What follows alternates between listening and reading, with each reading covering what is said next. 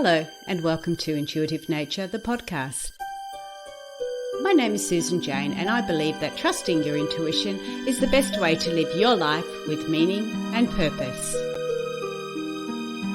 Each week you will hear about how you can connect, develop and trust your intuition through meditations, readings and my own personal experiences.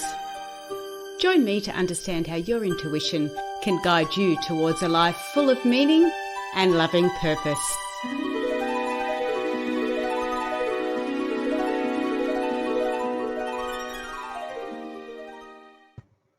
Hello everyone and welcome again. This is Intuitive Nature, the podcast. I'm Susan Jane, the Intuitist. I'm your host for this podcast.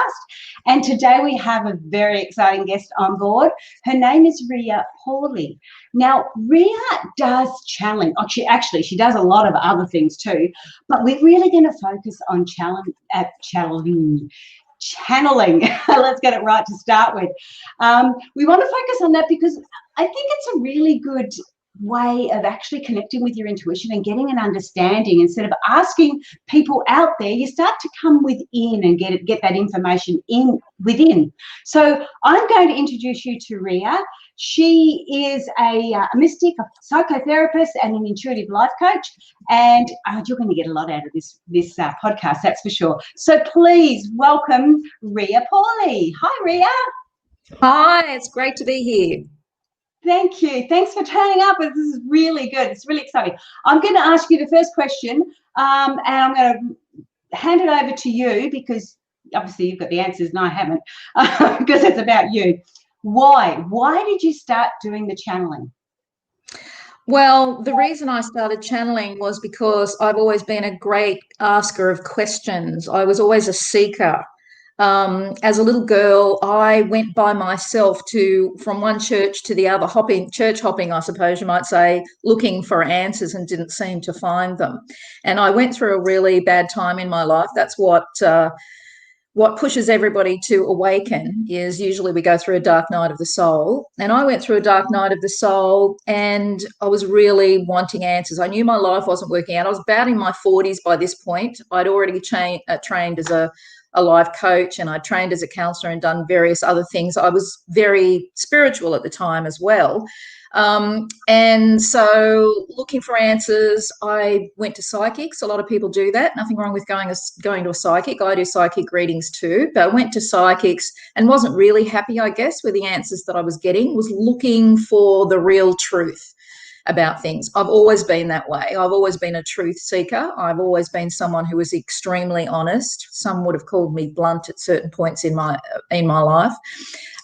So in the looking for the answers, I found channelers. Now, the first channeler I connected with was a beautiful channeler in Canada, from Serge Granbois, who was channeling an entity named Chris. It's called the Chris Chronicles in Toronto, Canada. And I started having sessions with Chris and I was really getting the answers that I wanted. I could feel when I was having these channeling sessions that the channeled being knew things about me and really understood where I was coming from and what it was that I needed, and was also giving me guidance for life. Now, channeling is a little bit different than having a psychic reading because most channeled teachers and channeled beings won't crystal ball gaze, as they call it. So it's not like fortune telling. They actually won't predict your future. They might tell you what the probability of something happening is given the way your energy is going at the time and the choices that you're making in your life and the thoughts and the feelings that you're holding. And they certainly coach you about how to create a better reality for yourself. But when you're talking to higher beings, as you are when you're channeling, they won't predict the future. They say that's a game and they won't play it because we're creating our own reality all the time. So we're creating our future. So this sort of, when you do something and you know that it's truth, it has authenticity and it's real, I knew that this channeling was real. So from there on, I think that was in about 2006. I added it up the other day. I've actually spoken to 30 different channelers across the world and many of them more than once. So I ended up, on a bit of a channeling thing, looking for really great channelers all over the world, and learned a lot in the process. Can I just ask, Sorry? how did you find them? How did you find the channelers? Or how did you know which ones you wanted to connect with? Well, I started off, I read the Seth books. I don't know if anyone's read the Seth books, but Seth was a being that channeled through a woman called Jane Roberts. Those channelings came through in the 1960s. And I had found the Seth books in about the late 80s after her harmonic convergence. And I started reading the Seth books. And when I read the first Seth book, had to read it one page at a time. I knew it was incredibly profound and it was real truth, and it really got me in the guts in my intuition. But it was so different than any other knowledge that I'd ever experienced before. And mind you, I was at university at this time studying English. I was, getting an education in other ways, but I could only read it one page at a time. I used to say it was like I didn't have the neural network to be able to comprehend the information, and I had to read it one page at a time and assimilate it and then read the next page. And then after I found Seth, I found other channelers who were like Seth, who were connected to that whole, there's still a huge big Seth movement on the planet. A lot of people are interested in Seth, and you can still read there's a dozen Seth books.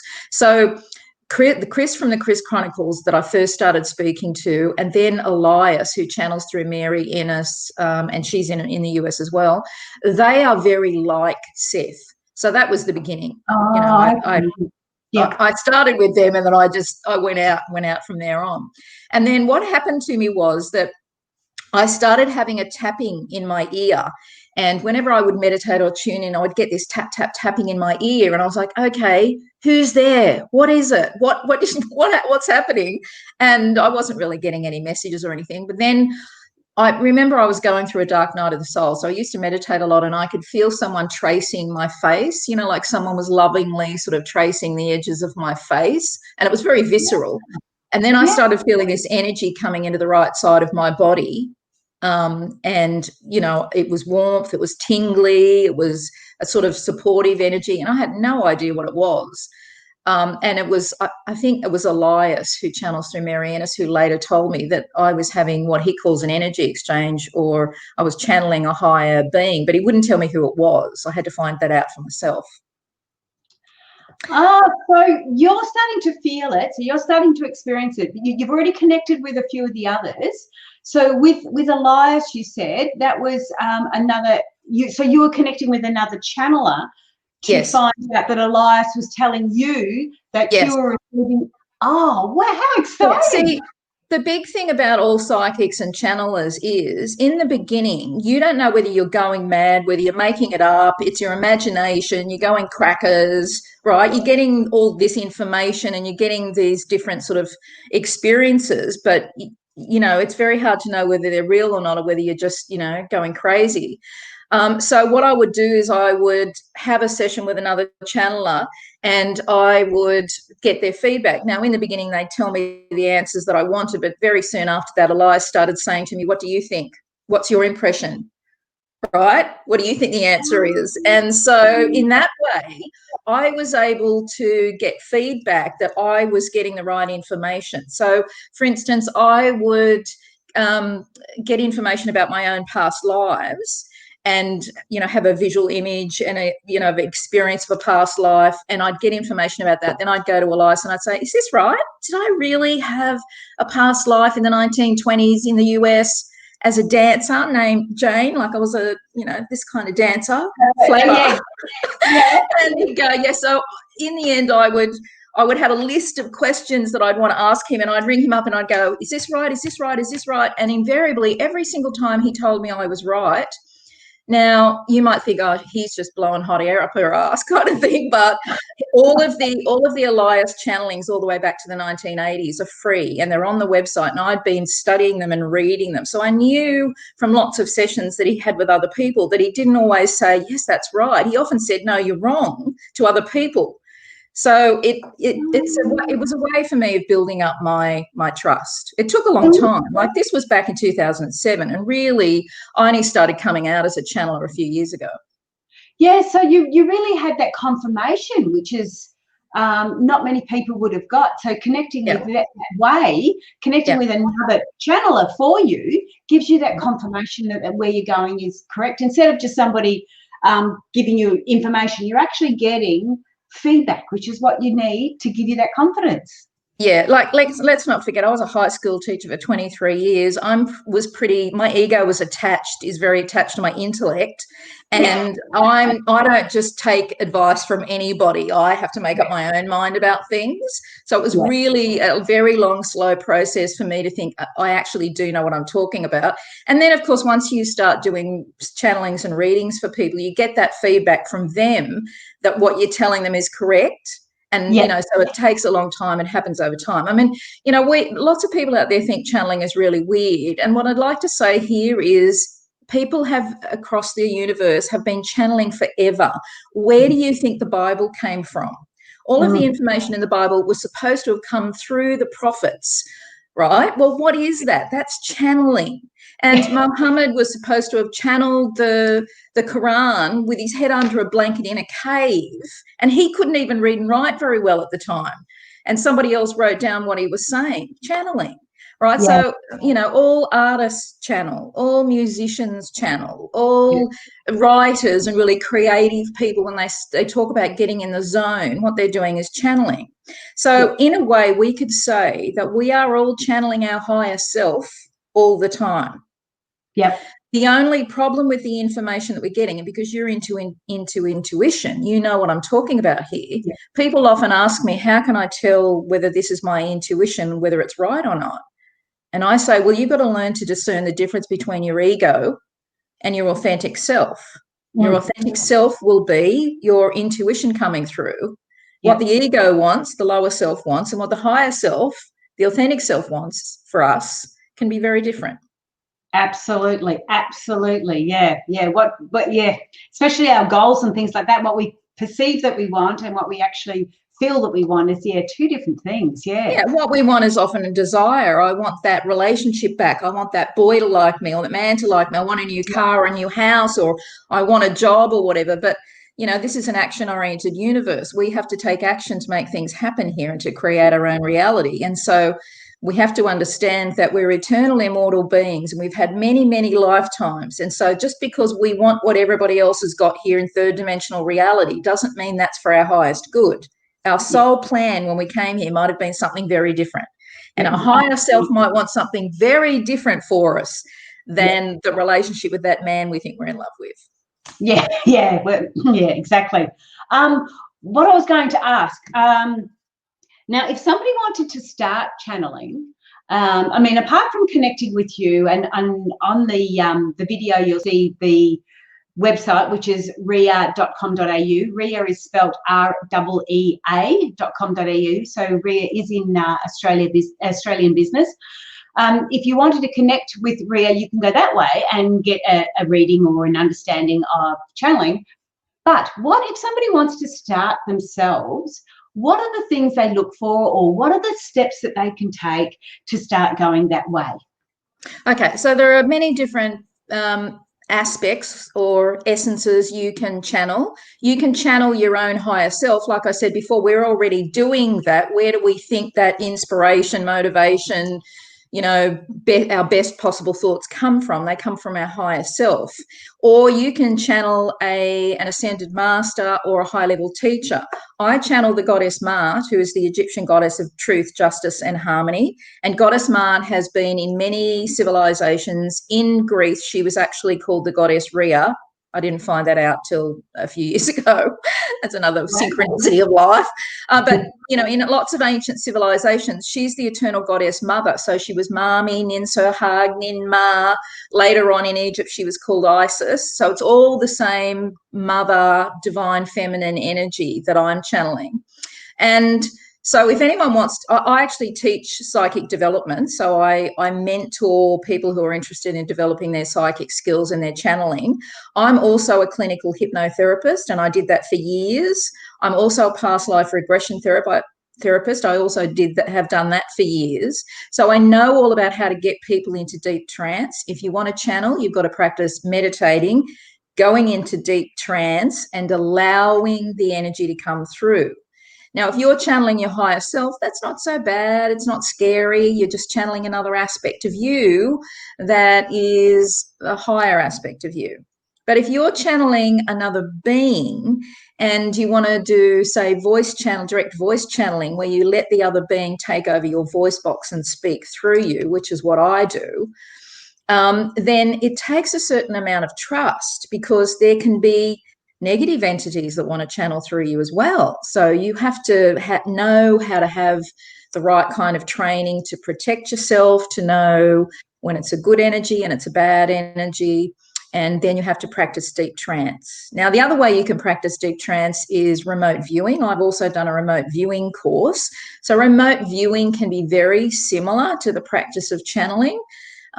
So it takes you into a deep trance as well. So that's another way that you can prepare yourself. But you really need to be mentored by somebody else who's a channeler. I've been mentored by many channelers across the world. As I said, I started with Elias, and I've spoken to many other channelers who taught me the craft of channeling. And the other thing is, when you're channeling, right, what's the purpose of channeling? It's to bring through higher wisdom and knowledge.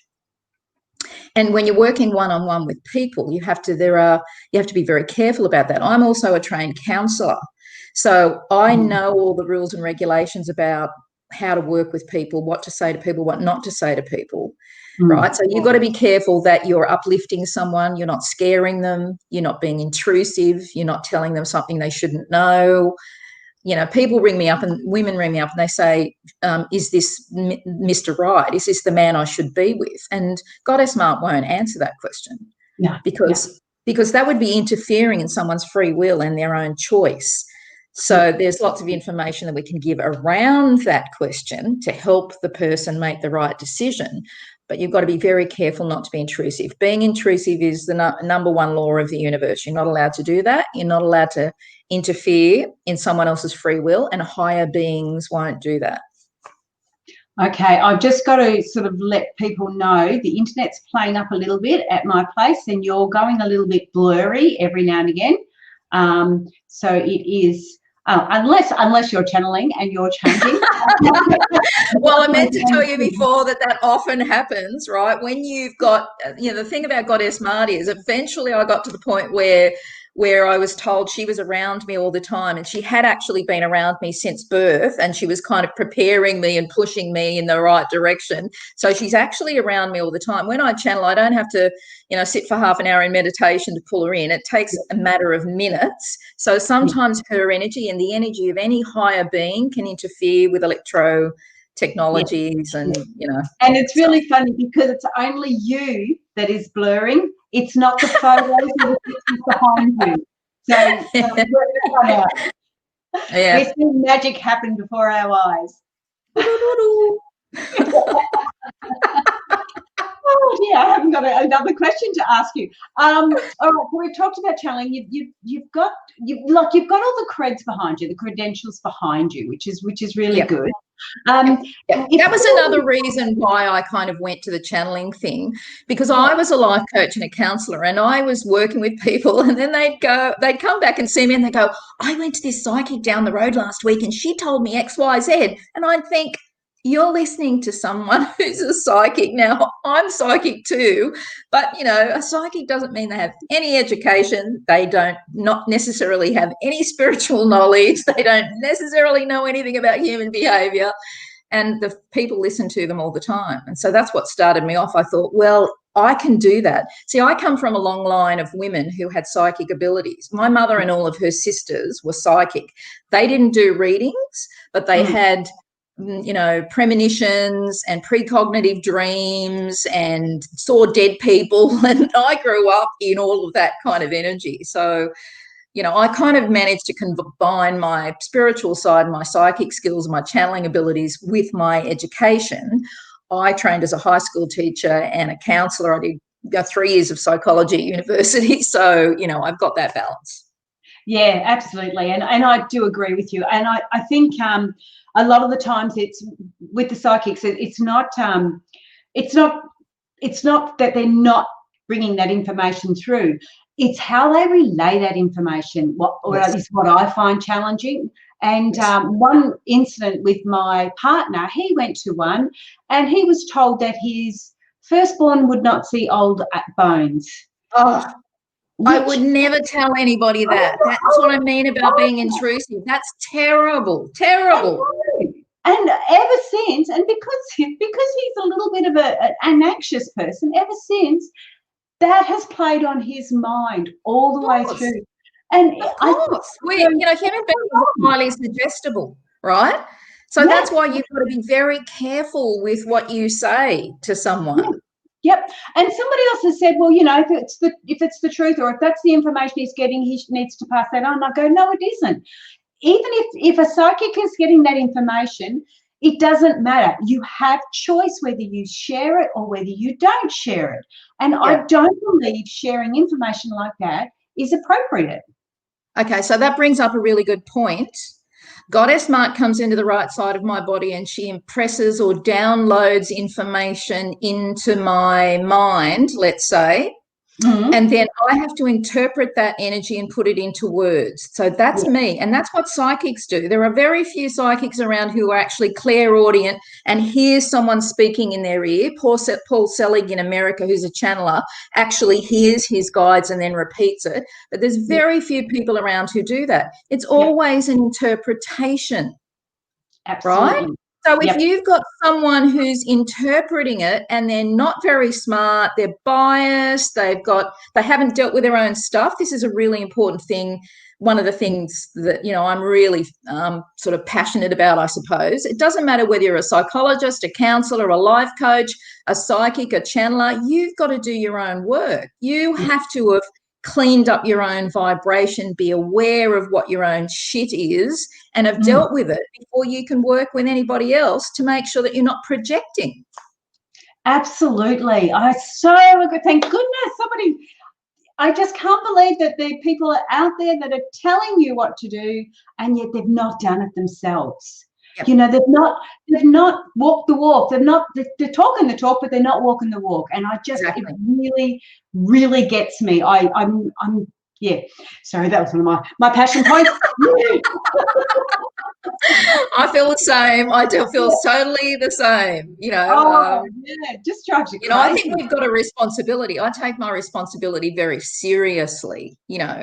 And so if anyone's going to a channeler or a psychic and they're telling them stuff that's scaring them, get up and walk out of there and don't pay them. That would be my advice. Yeah. Oh, wow. Yeah. Yeah. Because we don't have to sit there and take it on board. We can walk away. We have that choice. Life is full of choices. Wow, that's amazing.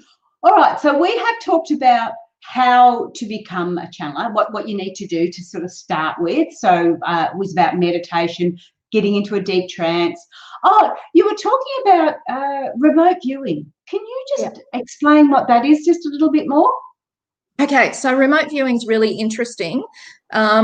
It started the American Army, the US Army was using remote viewing, as was the Russian Army, and they were using it for military purposes. So they would get a whole stack of people in a room who had these kind of skills and abilities, who could remote view or see things a long way away from them, or even in the future or in the past, it doesn't matter. And they could draw pictures of what they were seeing. So it might have been a military base or something to do with that. So the US and the Russians and probably other people around the world were doing lots of research into remote viewing. And it's actually a very real thing. And they used it both of those countries have used it very effectively in their military.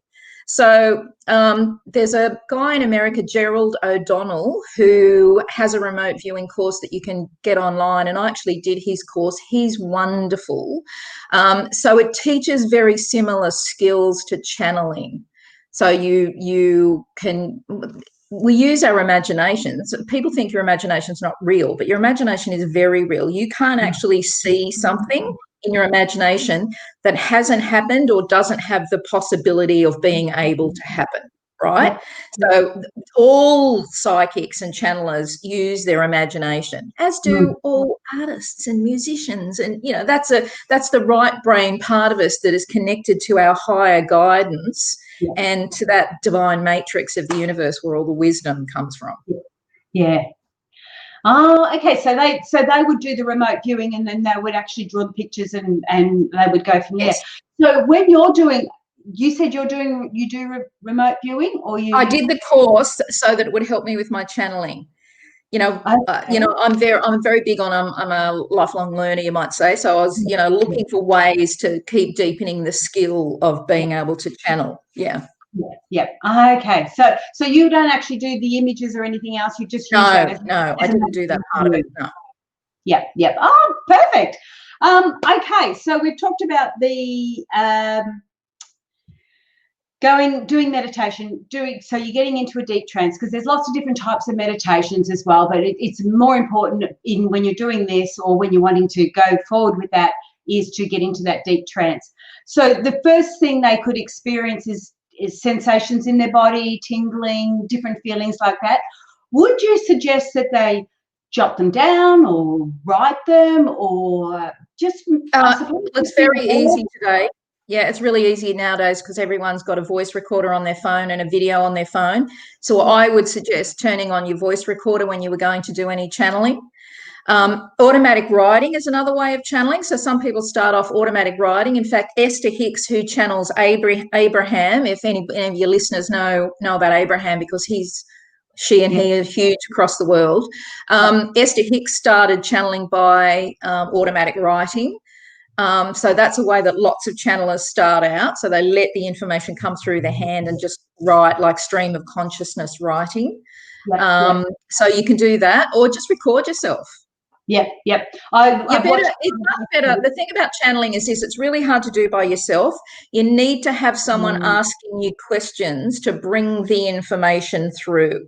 So you're better off sitting down with a friend, or getting online with a friend, going into a deep trance, getting them to ask you a question, and that pulls the information through. And it's really only when you look at the information afterwards, so that you realize that it wasn't you. So what happens when you're channeling is the words that they pick are not probably words that you always use, or they bring through information that you are unaware of and is not in your consciousness. So it's the bringing through of new information, or information that you shouldn't have known about another person, for instance, that really lets you know that it's not coming from your own consciousness.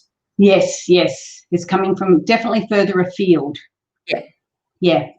Okay. So doing it with a friend would be a good way. So in saying that, Reea, do you do like a group workshops or anything like that? Do you? Because I do. Since you're in Port Stephens, aren't you? Yeah, I'm in Port Stephens. So every month I have what I call a Goddess Guidance Circle. And we all get on Zoom together, and I channel and I answer people's questions for them. And as I said, I also do one-on-one mentoring for people who are interested in channeling or developing their psychic skills. So I do that as well. Oh, wow. And again, I put your website, I'll put it down in the notes as well, so people can see and connect with you that way too. Well, actually, what I want to ask you, because we're just about out of time, but one thing I want to ask you, and you may or may not have an answer to this, I'm not sure, but what do you believe intuition is? Or what do you think I think that we all have many different skills. So if you're psychic, you may be clairvoyant, clairaudient, clairsentient, claircognizant. There's all those clairs. I'm actually clairsentient. In other words, I feel things more than anything else, and then I have to interpret those into words. I'm also clairvoyant, so I see things and put those into words. So really, to me, intuition is just a gut knowing. It is your higher self, inner being, soul speaking to you. And remember that your higher self only speaks to you in positive, life affirming messages. So they might say, yes, come this way, do this, do that. They'll never say, no, don't do that. They'll never make you frightened. So your intuition is definitely your inner being, your higher self, who is part of us. It's not a separate being. We are nested inside our energy field, our soul, our higher self. And when we go back to what we call the spirit dimension, we're all one. You know, when I talk about my guide goddess March, she's not one being. She's a group of energies who is, and that's true of all of the people who are channeling ascended masters and spiritual teachers that are, high dimensional and high vibrational beings. They're a group. So we are part of our higher self, our soul, our oversoul, all of that stuff. And it is just that wisdom or information coming through us from that aspect of us. But as I said before, the difficulty is in telling the difference between your ego and your higher self. So that's why even now I will not do readings for my own family or friends, and I tell them I won't do it because I'm emotionally invested in the answer. I want certain things for them because I love them. And so that distorts the information coming through. So that's why you've got to be very careful when interpreting your own intuition. Yes. I also found too that it's actually easier to read for somebody else than it is to do it for yourself or for people you know. Because you do, when you don't know somebody, or when, like you say, you're channeling, so you don't know what's coming through, you're actually, all you can do is say what you see, feel, hear, smell, touch, whatever it is. That's all you can say. Whereas when you know the person, there's other things you can say. So it's so much easier reading for somebody you don't know. Absolutely, absolutely. Sometimes I get the weirdest information that comes through when I'm doing a reading for someone. I remember what a lady came to me one day and I said to her, I don't know what this is about, but I'm seeing yellow roses everywhere out the front of a house. There's all these yellow roses. And she was like, oh, my partner just died not long ago and he used to plant yellow roses in my front garden. And that was always our message to each other. It's that sort of thing. Like you don't know when you get that stuff and it's about somebody else what it's about. And you just have to blurt it out, hoping that they're going to understand what it is. And again, that's the difference with saying what you're seeing and allowing that to come through, or saying something like your firstborn's never going to see old bones. Like, it's so, anyway. See, I won't even do medical readings. People come to me all the time and want me to answer questions about their health, and I say, no, Goddess Mart won't do that. That's for doctors. I know there are a lot of great medical mediums around the world, and I'm not criticising any of them. We've all got our own skill and ability, but I was a nurse in my younger days, and so there's no way that I am going to weigh in on someone's health. Yeah, I totally agree. You can give them some positive feedbacks like, maybe you should be exercising or something. But you've got to be, and again, you're going back to the fact that you're a life coach. You've done the psychotherapist. It goes back to being able to relate the messages you're receiving in a positive and constructive manner to the person you're reading for or channeling to. So all channeled entities will use the words that are already available to the person they're channeling through. So if you've got a big vocabulary and you're quite articulate, you're going to get better messages come through that person than somebody that isn't, right? Because they use whatever they've got. They use us to transmit the message. You know what I mean? So they're using, Goddess Mart is often using what's already in my mind, all the things I've learned about human behavior and people and spiritual wisdom. I already have a lot of that. So she uses all of that when she's transmitting a message or bringing something through for someone. Yeah. Oh, I love that. Thank you so much for sharing. We've got to wind it up because time is getting a bit on. I really love that. So if anyone wants to connect with Reea, the website will be down there. Otherwise, it is reea.com.au, and you can connect with her. And you're doing channeling and readings and everything on the website. You can see all that. You can book an appointment on the website. My calendar's there. And as I said, I work one-on-one with people all over the world. On Zoom, isn't Zoom a great thing? We can connect with everybody from all over the world, so we're really enjoying that. So, yes, look, thanks for today. I've really enjoyed it. Thank you to all of your listeners. It's been an absolute pleasure and a joy, and namaste. Oh, thank you so much, and namaste back to you. And I will come off now and say thanks again. That was great. I even learned stuff too, and I love learning stuff. I'm a crazy learner. So thanks everyone for listening. Again, if you want to find out some more tools or tips for trusting your intuition, subscribe to the podcast or follow me on Facebook, Instagram or Twitter. My website is intuitivenature.com.au. Again, I'm an Australian business as well, and there's some blogs and free resources on there. So remember, we are all naturally intuitive. It is part of human nature. It is our intuitive nature. I'm Susan Jane, the Intuitist, and I'm saying bye for now. Bye.